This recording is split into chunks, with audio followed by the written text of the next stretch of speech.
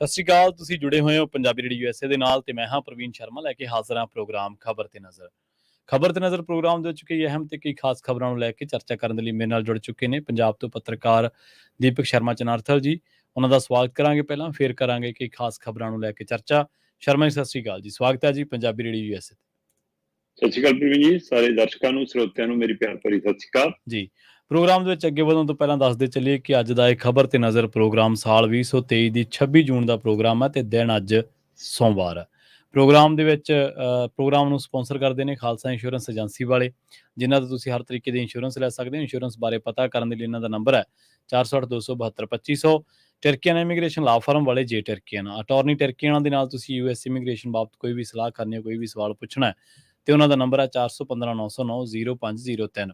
Gurdeep Singh Virdi Clovis, Satnam Singh Shergill Selma, ਵਿਸਲਾ family Fresno, Mandeep Singh San Jose, Manjit Singh San Jose, ਇਹਨਾਂ ਸਾਰੇ ਹੀ ਸਪਾਂਸਰਸ ਦਾ ਬਹੁਤ ਬਹੁਤ ਧੰਨਵਾਦ। ਤੇ ਜੇਕਰ ਤੁਸੀਂ ਵੀ ਪੰਜਾਬੀ ਰੇਡੀਓ USA ਦੇ ਨਾਲ ਪ੍ਰੋਗਰਾਮਾਂ ਨੂੰ ਸਪਾਂਸਰ ਕਰਨਾ ਚਾਹੁੰਦੇ ਹੋ ਤਾਂ ਸਟੂਡੀਓ ਦਾ ਨੰਬਰ ਹੈ 4082725200। ਪੰਜਾਬੀ ਰੇਡੀਓ USA ਦੇ ਖਬਰ ਤੇ ਨਜ਼ਰ ਪ੍ਰੋਗਰਾਮ ਨੂੰ ਇਸ ਵੇਲੇ ਤੁਸੀਂ ਸੁਣ ਰਹੇ ਹੋ AM FM ਸਟੇਸ਼ਨਸ ਦੇ ਨਾਲ ਰੇਡੀਓ ਸੈੱਟ ਤੇ, ਨੈੱਟ ਤੇ, mobile app, social media platforms, Facebook, YouTube ਤੇ ਸੁਣ ਰਹੇ ਹੋ, ਦੇਖ ਰਹੇ ਹੋ। ਸਾਰੇ ਹੀ ਦਰਸ਼ਕਾਂ ਦਾ ਪ੍ਰੋਗਰਾਮ ਦੇ ਵਿੱਚ ਸਵਾਗਤ ਹੈ। ਵਧਦੇ ਹਾਂ ਖਬਰਾਂ ਦੇ ਵੱਲ। ਸ਼ਰਮਾ ਜੀ, ਖਬਰਾਂ ਦੀ ਸ਼ੁਰੂਆਤ ਕਰੀਏ ਇਸ ਵੇਲੇ ਪੰਥਕ ਹਲਕਿਆਂ ਦੇ ਨਾਲ ਜੁੜੇ ਸਭ ਤੋਂ ਵੱਡੇ ਮਸਲੇ ਤੋਂ। ਸ਼੍ਰੋਮਣੀ ਕਮੇਟੀ ਦਾ ਇਜਲਾਸ ਹੋਇਆ। ਉਸ ਤੋਂ ਪਹਿਲਾਂ ਮਾਨ ਸਾਹਿਬ ਤੇ ਸ਼੍ਰੋਮਣੀ ਕਮੇਟੀ ਦੇ ਜਿਹੜੇ ਅਹੁਦੇਦਾਰ ਸਾਹਿਬਾਨ ਨੇ ਉਹ ਇੱਕ ਦੂਜੇ ਨਾਲ ਆਮੋ ਸਾਹਮਣੇ ਵੀ ਹੋਏ, ਟਵੀਟੋ ਟਵੀਟੀ ਵੀ ਜਿਵੇਂ ਇੱਕ ਰਿਵਾਜ ਚੱਲ ਪਿਆ ਹੁਣ। ਪਰ ਹੁਣ ਸੁਣਨ ਦੇ ਵਿੱਚ ਆ ਰਿਹਾ ਕਿ ਸ਼੍ਰੋਮਣੀ ਕਮੇਟੀ ਪੰਜਾਬ ਸਰਕਾਰ ਵਿਰੁੱਧ ਲਗਾਏਗੀ ਮੋਰਚਾ। ਇੱਕ ਪਾਸੇ ਪੰਥਕ ਰਹੁ ਰੀਤਾਂ ਨੇ ਤੇ ਦੂਜੇ ਪਾਸੇ ਸਰਕਾਰ ਦੀ ਦਖਲਅੰਦਾਜ਼ੀ ਤੇ ਕਿੰਤੂ, ਤੇ ਤੀਜੇ ਪਾਸੇ ਸੰਗਤ ਦੀ 11 ਸਾਲਾਂ ਦੀ ਮੰਗ ਕਿ ਘੱਟੋ ਘੱਟ ਜੇ ਪ੍ਰਸਾਰ ਨਹੀਂ ਕਰਨਾ ਤਾਂ ਸਾਨੂੰ ਕੋਈ ਦਸਤਾਵੇਜ਼ ਕੱਢ ਕੇ ਦਿਖਾ ਦਿਓ ਜਿਹਦੇ ਤੇ ਐਗਰੀਮੈਂਟ ਹੋਇਆ। ਕੀ ਕਹੋਗੇ? ਬਿਲਕੁਲ ਜੀ, ਇਹ ਮਾਮਲਾ ਬੇਸ਼ੱਕ ਸੰਗਤ ਦੀ ਚਿਰਾਂ ਦੀ ਮੰਗ ਦੇ ਹਵਾਲੇ ਨਾਲ ਮਾਨ ਸਰਕਾਰ ਦਮ ਭਰ ਰਹੀ ਹੋਵੇ ਕਿ ਅਸੀਂ ਸਾਹਮਣੇ ਲੈ ਕੇ ਆਏ ਹਾਂ, ਅਸੀਂ ਇਸ ਨੂੰ ਕਾਨੂੰਨੀ ਰੂਪ ਦੇਣ ਜਾ ਰਹੇ ਹਾਂ ਜਾਂ ਪੰਜਾਬ ਦੀ ਵਿਧਾਨ ਸਭਾ ਦੇ ਵਿੱਚ ਹੈ ਨਾ ਉਸ ਨੂੰ ਪਾਸ ਕਰਨ ਜਾ ਰਹੇ ਹਾਂ। ਪਰ ਇਹ ਤੋਂ ਬਿਨਾਂ ਵੀ ਇਹ ਪਹਿਲੂ ਇਸ ਲਈ ਜ਼ਿਆਦਾ ਚਰਚਾ 'ਚ ਆਇਆ ਕਿ ਪੰਜਾਬ ਸਰਕਾਰ ਨੇ ਜਦੋਂ 1925 ਦੇ ਐਕਟ ਦੇ ਵਿੱਚ ਸੋਧ ਵਾਲਾ ਮਤਾ ਲਿਆਂਦਾ, ਉਸ ਦਿਨ ਸੋਧ ਵਾਲੇ ਮਤੇ ਦੀ ਜੋ ਮਤਲਬ ਲਿਖਤ ਸੀ, ਉਸ ਦੀ ਬਜਾਏ ਜੋ ਤੰਜ, ਜੋ ਭਾਸ਼ਾ, ਜੋ ਸ਼ੈਲੀ, ਜੋ ਅੰਦਾਜ਼ ਵਰਤਿਆ ਗਿਆ, ਉਹ ਕਈ ਲੋਕਾਂ ਨੂੰ ਅਖਰਿਆ, ਕਈ ਚੰਗਾ ਨਹੀਂ ਲੱਗਿਆ ਕਿ ਇਹ ਵਿਧਾਨਕ ਅੰਦਾਜ਼ ਨਹੀਂ ਸੀਗਾ, ਇਹ ਵਿਧਾਨ ਸਭਾ ਦੀ ਕਾਰਵਾਈ ਵਾਲਾ ਰੂਪ ਰੰਗ ਨਹੀਂ ਸੀਗਾ। ਉਸ ਨੂੰ ਲੈ ਕੇ ਚਰਚਾ ਕਾਫੀ ਛਿੜੀ, ਜਿਸ ਤੋਂ ਬਾਅਦ ਇਹ ਤਣਾਅ ਹੋਰ ਵੱਧ ਗਿਆ ਜੀ। ਸੋ ਇੱਕ ਤਰ੍ਹਾਂ ਨਾਲ ਇਹ ਮੁੱਖ ਟੀਚੇ ਤੋਂ ਸਰਕਾਰ ਵੀ ਭਟਕਦੀ ਨਜ਼ਰ ਆਈ ਔਰ ਉਸ ਟੀਚੇ ਦਾ ਉਹਨਾਂ ਦਾ ਰਾਹ ਅਖਤਿਆਰ ਕਰਨ ਦਾ ਤਰੀਕਾ ਵੀ ਕਈਆਂ ਨੂੰ ਸਹੀ ਨਹੀਂ ਲੱਗਿਆ ਕਿ ਚੰਗਾ ਹੁੰਦਾ ਜੇਕਰ ਇਹ ਪੰਥਕ ਧਿਰਾਂ ਦੀ ਸਹਿਮਤੀ ਨਾਲ ਅੱਗੇ ਵੱਧ ਗਏ, ਪੰਥਕ ਧਿਰਾਂ ਦੀ ਰਾਏ ਨਾਲ ਅੱਗੇ ਵੱਧਦੇ। ਜੇਕਰ ਚੰਗਾ ਹੁੰਦਾ ਕਿ ਜਿੰਨੀਆਂ ਸੰਸਥਾਵਾਂ ਹੈਗੀਆਂ ਨੇ, ਜਿੰਨੀਆਂ ਸ਼ਖਸੀਅਤਾਂ ਪੰਥਕ ਹੈਗੀਆਂ ਨੇ, ਉਹ 'ਚ ਸ਼੍ਰੋਮਣੀ ਕਮੇਟੀ ਨੂੰ ਵੀ ਨਾਲ ਸੱਦਦੇ ਕਿ ਮੀਟਿੰਗ 'ਚ ਆਓ ਜੀ, ਆਪਾਂ ਵਿਚਾਰ ਕਰਨਾ। ਜੋ ਬੈਠਕ ਤੋਂ ਭੱਜਦੇ, ਉਹਦੇ ਵਿੱਚ ਆਉਣ ਤੋਂ ਭੱਜਦੇ, ਫਿਰ ਆਪਾਂ ਕਹਿੰਦੇ ਕਿ ਹਾਂ ਜੀ ਉਹ ਕਿਸੇ ਧਿਰ ਬਖਣੀਓ ਖੜੇ ਨੇ। ਸੋ ਜੇਕਰ ਸ਼੍ਰੋਮਣੀ ਕਮੇਟੀ 'ਚ ਦਖਲ ਦੀ ਗੱਲ ਆਉਂਦੀ ਆ, ਬੇਸ਼ੱਕ ਹੁਣ ਐਡਵੋਕੇਟ ਹਰਮਿੰਦਰ ਧਾਮੀ ਹੋਰੀ ਕਹਿ ਰਹੇ ਨੇ ਸਰਕਾਰ ਸਿੱਧੀ ਦਖਲ ਦੇ ਰਹੀ ਆ, ਤਾਂ ਦਖਲ ਦੀ ਗੱਲ ਆਉਂਦੀ ਹੈ ਤਾਂ ਅਕਾਲੀ ਦਲ ਤੋਂ ਵੱਧ ਦਖਲ ਤਾਂ ਨਹੀਂ ਅਜੇ ਆਇਆ ਨਾ।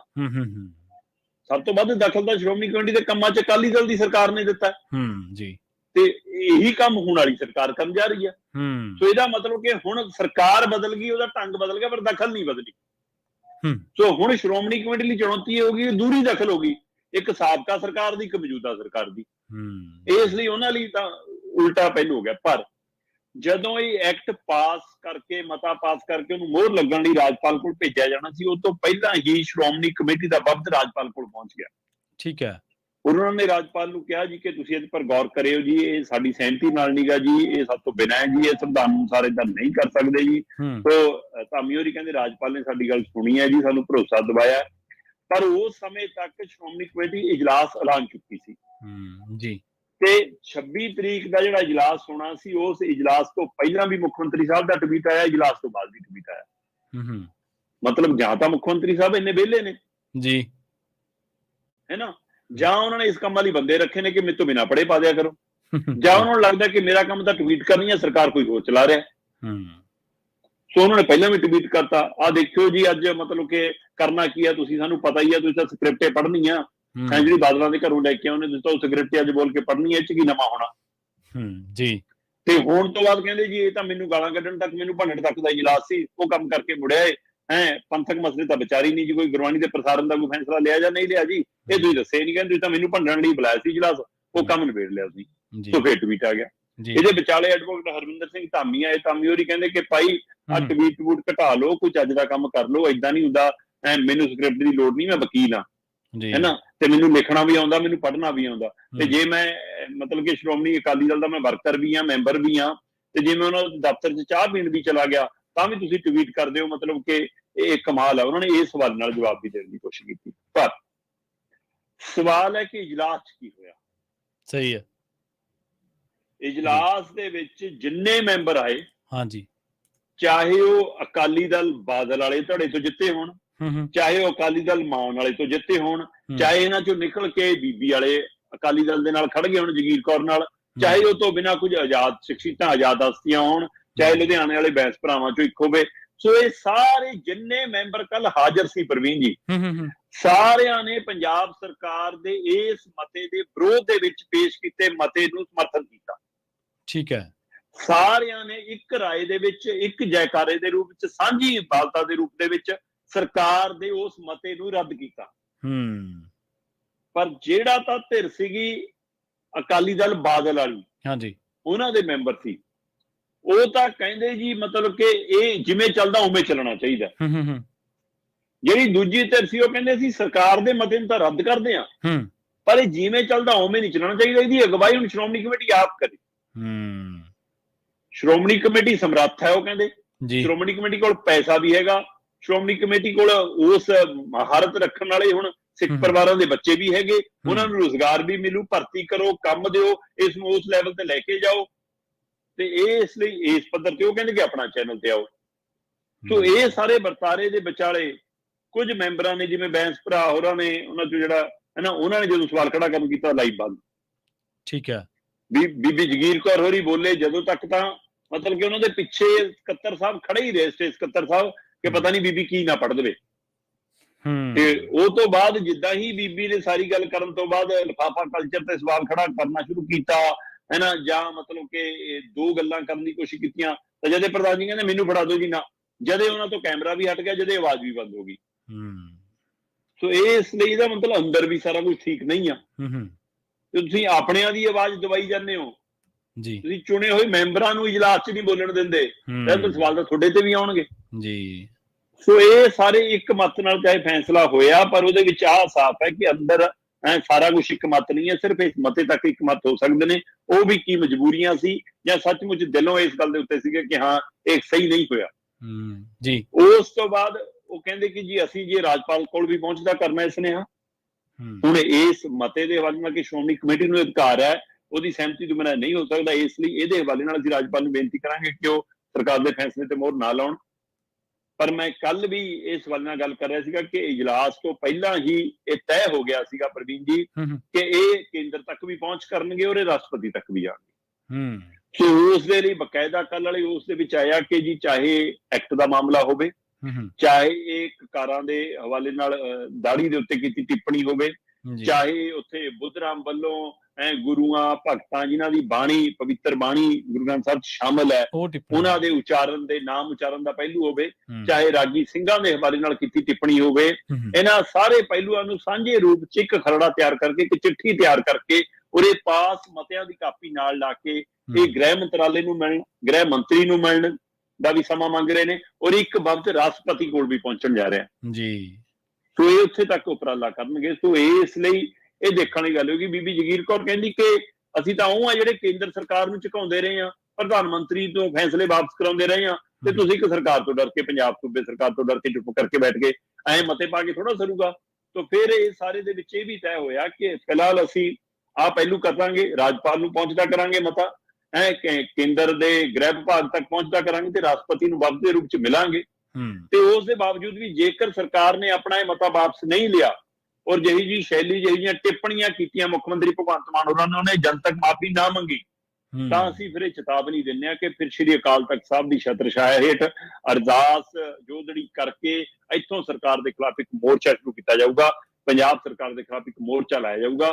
ਫਿਰ ਇਹ ਸਿੱਧਾ ਮਤਲਬ ਆਮੋ ਸਾਹਮਣੇ ਹੋਣ ਦੀ ਤਿਆਰੀ ਹੈ, ਉਹਦੇ ਵਿੱਚ ਕੋਈ ਸ਼ੱਕ ਨਹੀਂਗਾ ਕਿਉਂਕਿ ਕੁਝ ਤਸਵੀਰਾਂ ਹੁਣ ਲਗਾਤਾਰ ਸਾਹਮਣੇ ਆ ਰਹੀਆਂ ਪ੍ਰਵੀਨ ਜੀ।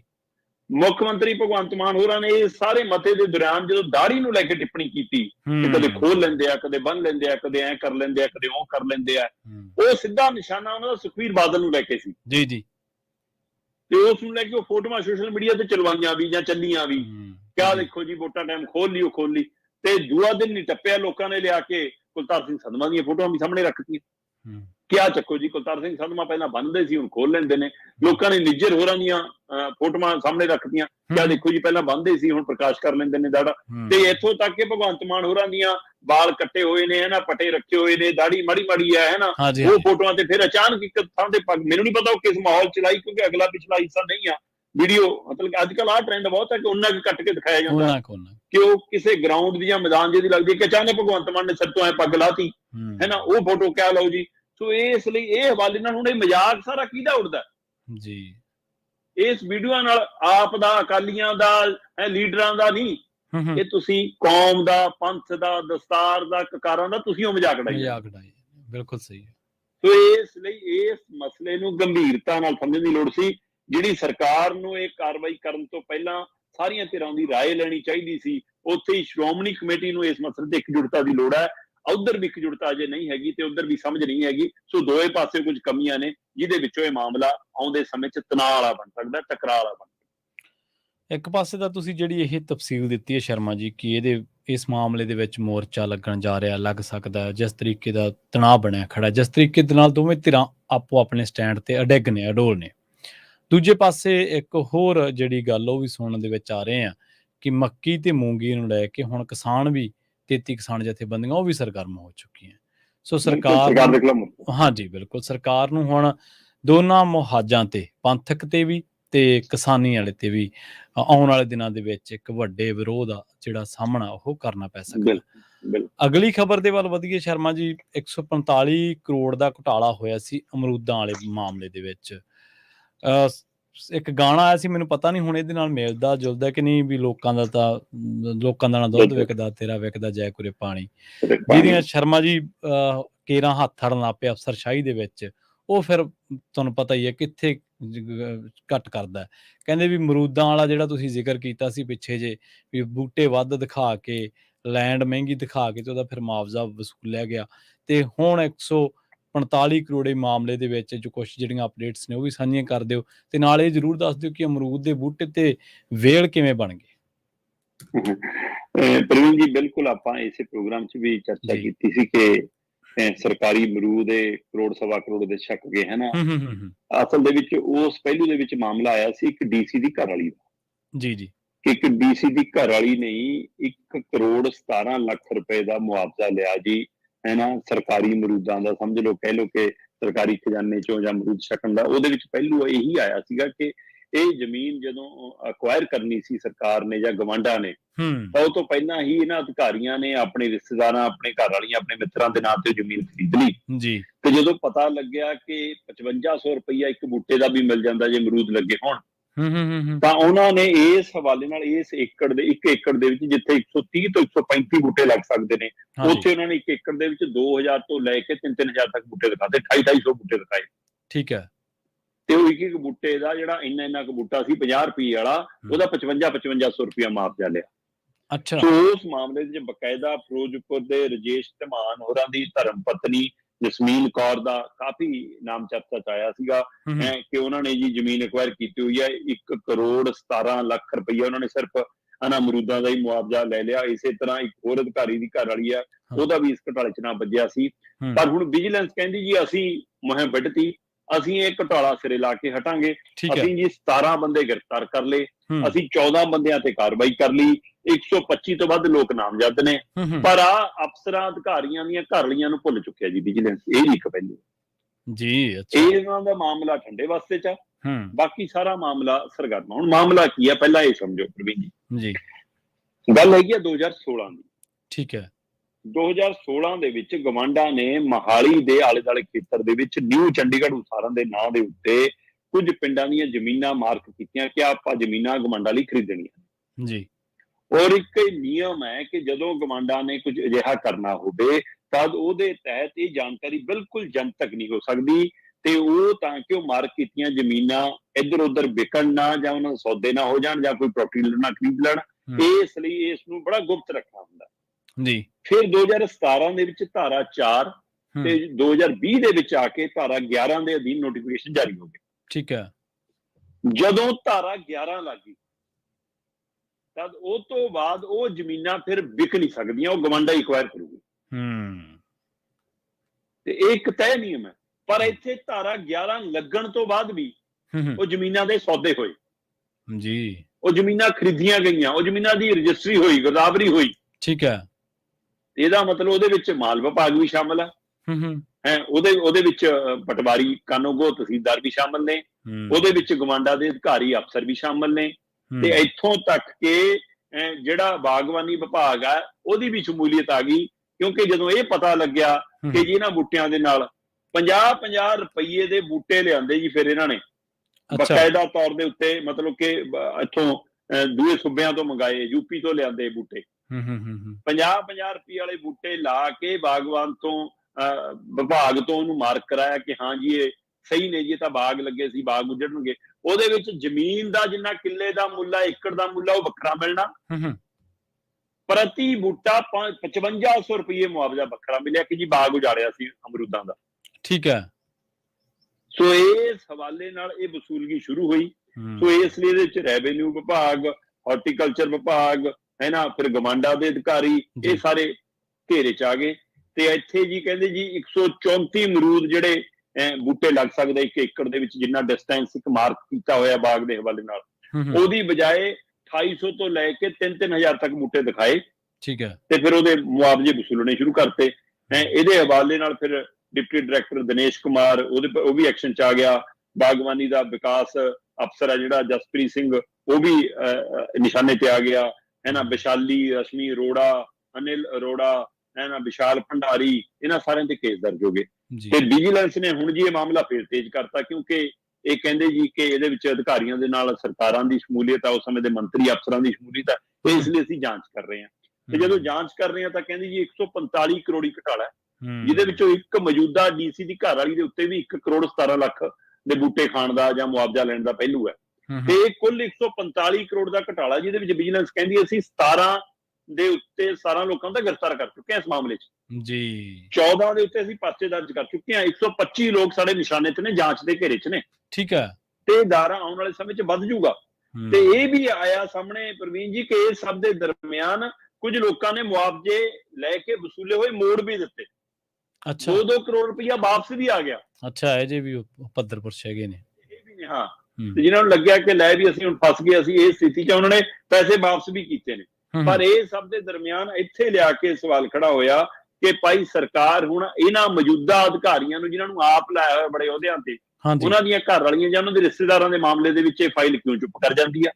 ਉਹਨਾਂ ਦਾ ਕਾਗਜ਼ ਲਾਉਣਾ ਕਿਉਂ ਭੁੱਲ ਗਏ? ਤੇ ਬਾਕੀ ਤੇ ਕਾਰਵਾਈ ਤੇਜ਼ੀ ਜੇ ਆਉਂਦੀ ਆ ਤਾਂ ਇਹਦੀਆਂ ਪਰਤਾਂ ਹੋਰ ਖੁੱਲਣਗੀਆਂ। ਇਹ ਪੂਰੇ ਪੰਜਾਬ 'ਚ ਮਾਮਲਾ ਕੋਈ ਹੋਰ ਤਰ੍ਹਾਂ ਵੀ ਨਿਕਲ ਸਕਦਾ। ਇਹ ਕਾਫੀ ਵੱਡਾ ਪਹਿਲੂ ਹੈ। ਇਹਦਾ ਮਤਲਬ ਏਦਾਂ ਦੇ ਕੱਪੜਿਆਂ ਦੇ ਰਾਹ ਜੇਕਰ ਨਿਕਲੇ ਨੇ ਤਾਂ ਇਹਦੇ ਵਿੱਚ ਕਿੰਨੀਆਂ ਹੋਰ ਮਗਰਮੱਛ, ਕਿੰਨੀਆਂ ਹੋਰ ਮੱਛੀਆਂ ਤੇ ਕਿੰਨੇ ਹੋਰ ਲਟੇਰੇ ਸ਼ਾਮਲ ਹੋਣਗੇ, ਉਹਦੀ ਜਾਂਚ ਹੈ।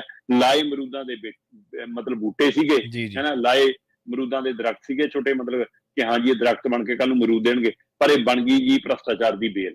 ਸੋ ਇਸ ਲਈ ਏਦਾਂ ਇਹ ਬੂਟੇ ਬੇਲ ਬਣ ਗਏ ਭ੍ਰਸ਼ਟਾਚਾਰ ਦੀ। ਜੀ ਜੀ ਜੀ। ਅੱਛਾ ਸ਼ਰਮਾ ਜੀ, ਇੱਕ ਜਿਹੜਾ ਅਹਿਮ ਨੁਕਤਾ ਉਹ ਇਹ ਵੀ ਤੁਹਾਡੀ ਗੱਲਬਾਤ ਦੇ ਵਿੱਚੋਂ ਵਿਚਾਰਨ ਵਾਲਾ ਹੈ ਕਿ ਵਿਜੀਲੈਂਸ ਦੀ ਅਪਰੋਚ ਵੀ ਸਿਲੈਕਟਿਵ ਹੋ ਗਈ ਹੈ। ਹਾਂ, ਬਿਲਕੁਲ। ਜਿੱਥੇ ਵੱਡੀਆਂ ਕੋਠੀਆਂ ਆ ਜਾਂਦੀਆਂ, ਰਸੂਖਦਾਰ ਆ ਜਾਂਦੇ, ਉੱਥੇ ਪੈਰ ਥੋੜੇ ਜਿਹੇ ਸਲੋ ਹੋ ਜਾਂਦੇ। ਜਿਹਨੇ ਦਫ਼ਤਰ ਬਣਾਇਆ ਹੈ ਨਾ, ਜਿਹਨੇ ਕੋਠੀ ਤੇ ਕਬਜ਼ਾ ਕੀਤਾ ਹੈ ਨਾ, ਜਿਹਨੇ ਟੂਟੀਆਂ ਲਾਈਆਂ, ਜਿਹਨੇ ਏਸੀ ਲਾਏ, ਜਾਂ ਤੁਸੀਂ ਹੁਣ ਅੱਜ ਦੱਸ ਰਹੇ ਸੀਗੇ ਹਸਪਤਾਲ ਵਾਲੇ ਏਸੀ ਆਪਣੇ ਦਫ਼ਤਰ 'ਚ ਲਵਾਏ, ਉਹਨਾਂ ਦੇ ਮਾਮਲੇ ਸ਼ਾਇਦ ਨਾ ਦਿਖਣ, ਕਿਉਂਕਿ ਉਹ ਵਾਲੀ ਐਨਕ ਨਹੀਂ ਲਾਉਂਦਾ ਵਿਜੀਲੈਂਸ ਨਾ। ਇਸ ਲਈ ਵਿਜੀਲੈਂਸ ਉਹੀ ਐਨਕ ਲਾਉਂਦਾ ਜਿਹੜੀ ਸਰਕਾਰ ਸ਼ੀਸ਼ੇ ਸਾਫ਼ ਕਰਕੇ ਪਾ ਕੇ ਭੇਜਦੀ ਹੈ। ਬਿਲਕੁਲ, ਜਿਹੜੀ ਮਰਜ਼ੀ ਸਰਕਾਰ ਭੇਜ ਦੇਵੇ, ਜਿਹਦੀ ਸਰਕਾਰ ਹੋਊਗੀ ਵਿਜੀਲੈਂਸ ਉਹਦੀਆਂ ਐਨਕਾਂ ਲਾ ਲੈਂਦਾ। ਇਹ ਉਹੀ ਵਿਜੀਲੈਂਸ ਆ, ਤੁਹਾਨੂੰ ਯਾਦ ਹੋਣਾ ਸਮੇਤ ਸੈਣੀ ਵਾਲਾ, ਜਿਨ੍ਹਾਂ ਨੇ ਲੁਧਿਆਣੇ ਵਾਲਾ ਸਕੈਂਡਲ ਕੱਢਿਆ ਸੀ, ਸਕੈਮ ਕੱਢਿਆ ਸੀ, ਜਿਹੜਾ ਉਹ ਪੂਰਾ ਹੋਇਆ। ਤੇ ਬਾਅਦ ਦੇ ਵਿੱਚ ਉਹੀ ਵਿਜੀਲੈਂਸ ਕਹਿੰਦੀ ਕਿ ਜੀ ਕੈਪਟਨ ਅਮਰਿੰਦਰ ਸਿੰਘ ਵਿਰੁੱਧ ਤਾਂ ਸਬੂਤ ਹੀ ਹੈ ਨੀ ਗੇ। ਸੋ ਇਹ ਕੋਈ ਕਹਾਣੀਆਂ ਕੋਈ ਨਵੀਆਂ ਥੋੜ੍ਹਾ, ਕਿਸੇ ਪੁਰਾਣੇ ਵੀ ਬੜੇ ਜੀ। ਅਗਲੀ ਖਬਰ ਦੇ ਵੱਲ ਵਧੀਏ ਸ਼ਰਮਾ ਜੀ, ਤੇ ਗੱਲ ਕਰੀਏ ਅਨੁਰਾਗ ਵਰਮਾ ਦੀ, ਜਿਨ੍ਹਾਂ ਨੂੰ ਚੀਫ ਸੈਕਟਰੀ ਲਾਇਆ ਗਿਆ ਪੰਜਾਬ ਦਾ, ਪਰ ਜ਼ਿੰਮਾ ਦਿੱਤਾ ਗਿਆ ਹੁਣ। ਪਰ ਦੱਸਦੇ ਆ ਕਿ 10 ਸੀਨੀਅਰਾਂ ਨੂੰ ਪਿੱਛੇ ਛੱਡ ਕੇ ਅਨੁਰਾਗ ਵਰਮਾ ਜਿਹੜੇ ਨੇ ਉਹ ਚੀਫ ਸੈਕਟਰੀ ਪੰਜਾਬ ਬਣੇ ਨੇ। ਬਿਲਕੁਲ ਜੀ, ਬਕਾਇਦਾ ਆਪਾਂ 2-3 ਦਿਨ ਪਹਿਲਾਂ ਹੀ ਇਸ ਦੀ ਗੱਲ ਕਰ ਰਹੇ ਸੀਗੇ ਕਿ ਬੀਕੇ ਜੰਜੂਆ ਉਹਨਾਂ ਕੋਲ 2 ਹੀ ਆਪਸ਼ਨਾਂ ਨੇ ਕਿ ਜਾਂ ਤਾਂ ਉਹਨਾਂ ਦਾ ਨੌਕਰੀ ਜਿਹੜੀ 30 ਜੂਨ ਤੱਕ ਹੈਗੀ ਆ ਉਹਦੇ ਵਿੱਚ ਵਾਧਾ ਹੋ ਕੇ ਆ ਜਾਵੇ ਉਹਨਾਂ ਦੀ ਸਰਵਿਸ ਦੇ ਵਿੱਚ, ਫਿਰ ਉਹ ਚੀਫ ਸੈਕਟਰੀ ਦਾ ਉਹਦੇ ਤੇ ਬਣੇ ਰਹਿਣਗੇ, ਕਿਉਂਕਿ ਮੁੱਖ ਮੰਤਰੀ ਭਗਵੰਤ ਮਾਨ ਦੀ ਇੱਛਾ ਸੀ ਜੇ ਬੀਕੇ ਜੰਜੂਆ ਜੇ ਹੋਰ ਸਮਾਂ ਕੱਟ ਜਾਣ, ਨਹੀਂ ਤਾਂ ਫਿਰ ਉਹਨਾਂ ਨੂੰ ਮਤਲਬ ਕਿ ਚੇਅਰਮੈਨ ਲਾਉਣ ਦੀ ਤਿਆਰੀ ਕਰੇ ਲਈ ਪੀਪੀਐਸਸੀ ਬੋਰਡ ਦੇ, ਹੈ ਨਾ। ਸੋ ਇਸ ਲਈ ਉਹਦੇ ਹੁਣ ਉਹ ਚੇਅਰਮੈਨ ਲਗਭਗ ਲੱਗ ਜਾਣਗੇ। ਪਰ ਇੱਧਰ ਜਿਹੜੇ ਦੌੜ ਦੇ ਵਿੱਚ ਸੀਗੇ ਕੁਝ ਨਾਮ, ਉਹਨਾਂ ਨਾਮਾਂ ਦੇ ਵਿੱਚੋਂ ਜਿਹੜਾ ਚੁਣ ਕੇ ਸਭ ਤੋਂ ਵੱਡਾ ਨਾਮ ਆਇਆ ਉਹ ਅਨੁਰਾਗ ਵਰਮਾ ਹੋਰਾਂ ਦਾ ਆਇਆ, ਤੇ ਅਨੁਰਾਗ ਵਰਮਾ ਹੋਰੀ 10 ਆਪਣੇ ਸੀਨੀਅਰ ਅਫਸਰਾਂ ਨੂੰ ਜਿਹੜੇ ਸੀਨੀਅਰਟੀ ਦੇ ਬੇਸ ਤੇ ਉਹਨਾਂ ਤੋਂ ਮੂਹਰੇ ਸੀ 10 ਜਣੇ, ਉਹਨਾਂ ਨੂੰ ਮਤਲਬ ਬਾਈਪਾਸ ਕਰਦਿਆਂ ਹੋਇਆਂ, ਹੈ ਨਾ, ਵਾਈਲਡ ਕਾਰਡ ਐਂਟਰੀ ਕਹਿ ਲਓ, ਹੈ ਨਾ, ਜਾਂ ਮਤਲਬ ਪਸੰਦ ਕਹਿ ਲਓ ਮੁੱਖ ਮੰਤਰੀ ਭਗਵੰਤ ਮਾਨ ਹੋਰਾਂ ਦੀ, ਕਿ ਉਹਨਾਂ ਨੂੰ ਸਿੱਧਾ ਚੀਫ ਸੈਕਟਰੀ ਦਾ। ਸੋ ਅਨੁਰਾਗ ਵਰਮਾ ਹੋਰਾਂ ਕੋਲ ਖਾਸਾ ਭਾਰ ਪਹਿਲਾਂ ਵੀ ਹੈਗਾ, ਤੇ ਸਰਕਾਰ ਉਹਨਾਂ ਦੇ ਕੰਮਾਂ ਤੋਂ ਮੈਨੂੰ ਲੱਗਦਾ ਤਸੱਲੀ ਵੀ ਪ੍ਰਗਟਾਉਂਦੀ ਸੀ, ਇਸ ਲਈ ਉਹਨਾਂ ਕੋਲ ਪ੍ਰਿੰਸੀਪਲ ਸੈਕਟਰੀ ਦਾ ਜਿਹੜਾ ਭਾਰ ਹੈ ਉਹ ਅਜੇ ਬਰਕਰਾਰ ਹੈ ਨਾ। ਇਸੇ ਤਰ੍ਹਾਂ ਉਹਨਾਂ ਦੇ ਕੋਲ ਕੁਝ ਵਿਜੀਲੈਂਸ ਦਾ ਵਾਧੂ ਕਾਰਜਭਾਰ ਵੀ ਉਹਨਾਂ ਕੋਲ ਸੀਗਾ, ਤੇ ਇਹ ਤੋਂ ਇਲਾਵਾ ਉਹਨਾਂ ਕੋਲ ਮਤਲਬ ਕਿ ਹੋਰ ਕਈ ਗ੍ਰਹਿ ਤੇ ਜਿਹੜਾ ਸਾਡਾ ਨਿਆਂ ਦਾ, ਉਦਯੋਗ ਦਾ, ਵਣਜ ਦਾ, ਕਾਨੂੰਨ ਦਾ, ਉਹਨਾਂ ਵਿਭਾਗਾਂ ਦੇ ਵਿੱਚ ਵੀ ਉਹਨਾਂ ਕੋਲ ਜ਼ਿੰਮੇਵਾਰੀਆਂ ਸੀਗੀਆਂ। ਇਹਨਾਂ ਜ਼ਿੰਮੇਵਾਰੀਆਂ ਤੋਂ ਮੁਕਤ ਹੋ ਜਾਣਗੇ, ਪਰ ਚੀਫ ਸੈਕਟਰੀ ਦੇ ਨਾਲ ਜੇ ਪ੍ਰਿੰਸੀਪਲ ਸੈਕਟਰੀ ਵਾਲਾ ਉਹਦਾ ਉਹਨਾਂ ਕੋਲ ਰਹੂਗਾ ਜਦੋਂ ਤੱਕ ਨਵਾਂ ਪ੍ਰਿੰਸੀਪਲ ਸੈਕਟਰੀ ਕੋਈ ਨਹੀਂ ਲੱਗ ਕੇ ਆਉਂਦਾ। ਤੇ 30 ਜੂਨ ਤੋਂ ਬਾਅਦ ਮਤਲਬ ਅਗਲੇ ਹੀ ਦਿਨ 1 ਜੁਲਾਈ ਨੂੰ ਇਹ ਅਹੁਦਾ ਸੰਭਾਲ ਲੈਣਗੇ। ਸੋ ਮੈਂ ਦੇਖ ਰਿਹਾ ਸੀਗਾ ਕਿ ਇਹਨਾਂ ਤੋਂ ਮੂਹਰੇ ਜੇਕਰ ਮੈਂ ਗੱਲ ਕਰਾਂ ਤਾਂ ਬਿੰਨੀ ਮਹਾਜਨ ਇਹਨਾਂ ਤੋਂ ਸੀਨੀਅਰ ਹੈ, ਜਿਹੜੀ ਇਸ ਦੌਰ 'ਚ ਮੰਨਿਆ ਜਾ ਰਿਹਾ ਸੀ ਇਹਨਾਂ ਨੂੰ। ਇਸੇ ਤਰ੍ਹਾਂ ਅੰਜਲ ਭਾਂਬਰਾ, ਹੈ ਨਾ, ਵੀਕੇ ਸਿੰਘ, ਸੀਮਾ ਜੈਨ, ਹੈ, ਤੇ ਇਸੇ ਤਰ੍ਹਾਂ ਮਤਲਬ ਕਿ ਕੇਂਦਰੀ ਡੈਪੂਟੇਸ਼ਨ ਤੇ ਵੀ ਨੇ, ਹੈ ਨਾ, ਅਨੁਦ ਤਿਵਾੜੀ ਹੋਰੀ, ਇਹਨਾਂ ਦਾ ਨਾਮ ਵੀ ਚਰਚਾ 'ਚ ਰਿਹਾ। ਅਨੁਰਾਗ ਅਗਰਵਾਲ ਦਾ ਨਾਮ ਵੀ ਚਰਚਾ 'ਚ ਸੀਗਾ, ਹੈ ਨਾ। ਸਰਬਜੀਤ ਸਿੰਘ ਹੋਰਾਂ ਦਾ ਨਾਮ ਵੀ ਚਰਚਾ 'ਚ ਸੀਗਾ। KP ਸਿਨਹਾ ਹੋਰੀ ਕਾਫੀ ਉਮੀਦ ਕਰ ਰਹੇ ਸੀ ਕਿ ਸ਼ਾਇਦ ਮੇਰਾ ਨੰਬਰ ਆ ਜਾਵੇ। ਸੋ ਇਹਨਾਂ 10 ਸੀਨੀਅਰ ਬੰਦਿਆਂ ਨੂੰ ਪਿਛਾਂ ਛੱਡਦਿਆਂ ਹੋਇਆਂ ਅਨੁਰਾਗ ਵਰਮਾ ਚੀਫ ਸੈਕਟਰੀ ਬਣ ਗਏ। ਪਰ ਇਹ ਕੋਈ ਨਵਾਂ ਵਰਤਾਰਾ ਨਹੀਂ ਹੈ ਪ੍ਰਵੀਨ ਜੀ, ਪਿਛਲੇ 30 ਸਾਲਾਂ ਤੋਂ ਏਦਾਂ ਹੀ ਹੁੰਦਾ ਆ ਰਿਹਾ ਹੁਣ। ਠੀਕ ਹੈ, ਕਿ ਜੂਨੀਅਰ ਅਧਿਕਾਰੀ ਨੂੰ ਜਿਹੜਾ ਆਪਣੀ ਪਸੰਦ ਦਾ, ਆਪਣੇ ਹਿਸਾਬ ਨਾਲ ਹੈ, ਉਸ ਨੂੰ ਲਿਆ ਕੇ ਮੂਹਰੇ ਬਿਠਾ ਲਿਆ ਜਾਂਦਾ ਹੈ, ਤੇ ਜਿਹੜੇ ਸੀਨੀਅਰਟੀ ਵਾਈਜ਼ ਬਣਦੇ ਨੇ, ਜਿਨ੍ਹਾਂ ਦੀ ਸੀਨੀਅਰਤਾ ਵਾਈਜ਼ ਅਹੁਦਾ ਬਣਦਾ ਹੈ, ਉਹਨਾਂ ਨੂੰ ਦਰਕਨਾਰ ਕਰਤਾ ਜਾਂਦਾ ਹੈ।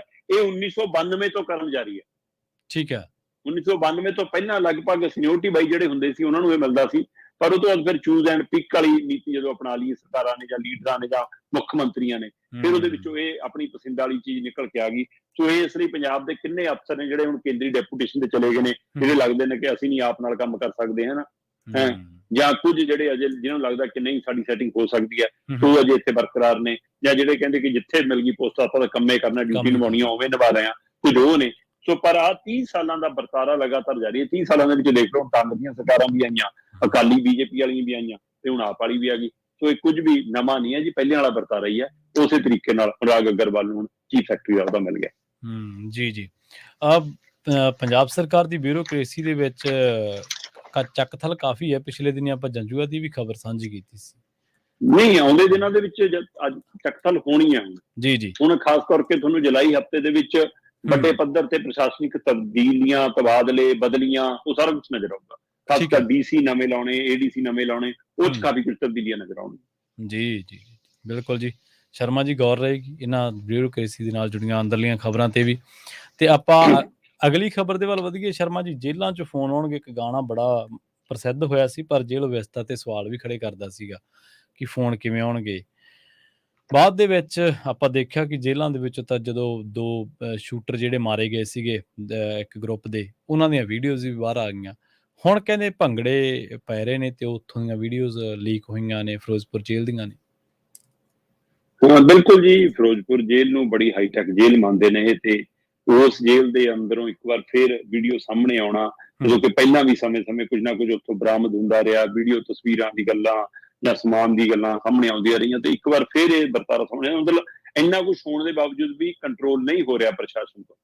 ਫਿਰੋਜ਼ਪੁਰ ਦੀ ਜੇਲ੍ਹ ਦੇ ਅੰਦਰੋਂ ਮਤਲਬ ਕਿ ਇੱਕ ਕਤਲ ਦੇ ਮਾਮਲੇ ਦੇ ਵਿੱਚ ਸਜ਼ਾ ਜ਼ਾਬਤਾ ਤੇ ਉਹਦੇ ਕੁਝ ਨਾਲ ਦੇ ਸਾਥੀਆਂ ਦੀਆਂ ਲਾਈਵ ਵੀਡੀਓ ਸਾਹਮਣੇ ਆ ਰਹੀ ਆ। ਉਹ ਲਾਈਵ ਹੁੰਦੇ ਨੇ, ਔਰ ਇੱਕ ਜਨਮ ਦਿਨ ਦਾ ਜਸ਼ਨ ਮਨਾਉਂਦੇ ਨੇ। ਉਹਦੇ ਵਿੱਚ 3-4 ਜਣੇ ਇਕੱਠੇ ਨਜ਼ਰ ਆਉਂਦੇ ਨੇ, ਛਾਲਾਂ ਮਾਰਦੇ, ਕੂਕਾਂ ਮਾਰਦੇ, ਭੰਗੜਾ ਪਾਉਂਦੇ, ਟਿੱਪਣੀਆਂ ਕਰਦੇ, ਤੇ ਜਦੋਂ ਕੁਝ ਕਹਿੰਦੇ ਵੀ ਕਿ ਅੰਦਰ ਤਾਂ ਫੋਕ ਚੱਲਦੀ ਆ, ਹਨਾ, ਏਦਾਂ ਦੀਆਂ ਕੁਝ ਗੱਲਾਂ। ਸੋ ਇਹ ਸਾਰਾ ਕੁਝ ਚਰਚਾ ਦੇ ਵਿੱਚ, ਇਹਦੇ ਨਾਲ ਸਰਕਾਰ ਦਾ ਇੱਕ ਵਾਰ ਫਿਰ ਮਜ਼ਾਕ ਹੁੰਦਾ। ਇੱਥੋਂ ਜੇਲ੍ਹਾਂ ਦੇ ਅੰਦਰੋਂ ਗੈਂਗਸਟਰਾਂ ਦੀਆਂ ਲਾਈਵ ਇੰਟਰਵਿਊਆਂ ਹੋ ਜਾਂਦੀਆਂ ਨੇ। ਬਿਲਕੁਲ ਸਹੀ ਕਿਹਾ। ਉਹਨਾਂ ਨੂੰ ਨੈਟ ਪ੍ਰੋਵਾਈਡ ਕਰਾ ਦਿੱਤਾ ਜਾਂਦਾ, ਇਹ ਤਾਂ ਫਿਰ ਵੀਡੀਓ ਹੈ। ਸੋ ਇਹ ਇਸ ਲਈ ਇੱਥੋਂ ਤਾਂ ਮਤਲਬ ਕਿ ਉਹਨਾਂ ਨੂੰ ਬਚਾ ਕੇ ਕਿੱਥੇ ਲੈ ਕੇ ਜਾਣਾ ਹੈ, ਕਿਹਨੂੰ ਬਚਾ ਕੇ ਇੱਥੇ ਲਿਆਉਣਾ, ਉਹ ਸਾਰੇ ਖੇਲ ਵਰਤਾਰੇ ਹੋ ਜਾਂਦੇ ਨੇ। ਕਿਹਨੂੰ ਸਮਾਨ ਪਹੁੰਚਦਾ ਕਰਨਾ, ਉਹਦੀਆਂ ਰੇਟ ਲਿਸਟਾਂ ਤੈਅ ਨੇ।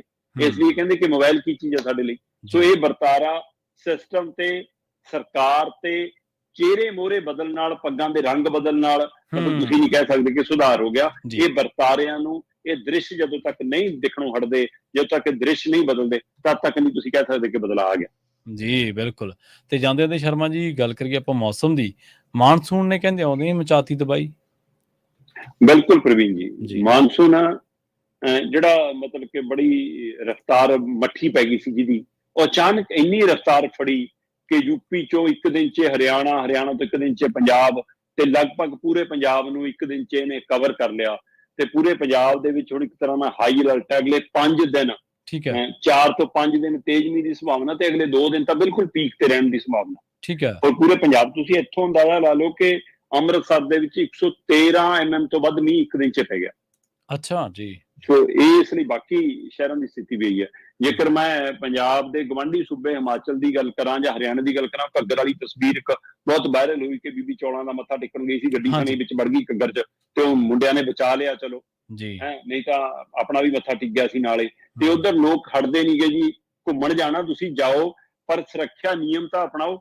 ਉੱਥੇ ਗੱਡੀਆਂ ਕਤਾਰਾਂ ਬੱਧੀ ਖੜੀਆਂ ਹੁੰਦੀਆਂ ਨੇ ਕਿ ਹਾਂ ਭਾਈ ਅੱਗੇ ਚੋਆ ਸੜਕ ਤੋਂ ਟੱਪ ਰਿਹਾ, ਨਾਲਾ ਟੱਪ ਰਿਹਾ, ਖੱਡ ਦਾ ਪਾਣੀ ਆ ਰਿਹਾ, ਤੇ ਪਰ ਅਚਾਨਕ ਗੱਡੀ ਗੱਭਿਓਂ ਕੱਢ ਕੇ ਆਉਂਦਾ ਕਿ ਹਾਂ ਮੈਂ ਤਾਂ ਜਿਵੇਂ ਮਤਲਬ ਪਤਾ ਨਹੀਂ ਕੀ ਸਟਾਰ ਹੈ, ਹਨਾ, ਤੇ ਉਹ ਗੱਭਿਓਂ ਧੱਕੇ ਨਾਲ ਕੱਢਣ ਦੀ ਕੋਸ਼ਿਸ਼ ਕਰਦਾ, ਫਿਰ ਜਦੋਂ ਰੜ ਜਾਂਦਾ ਫਿਰ ਚੀਕਾਂ ਮਾਰਦਾ ਕਿ ਮੈਨੂੰ, ਸਾਨੂੰ ਬਚਾਓ।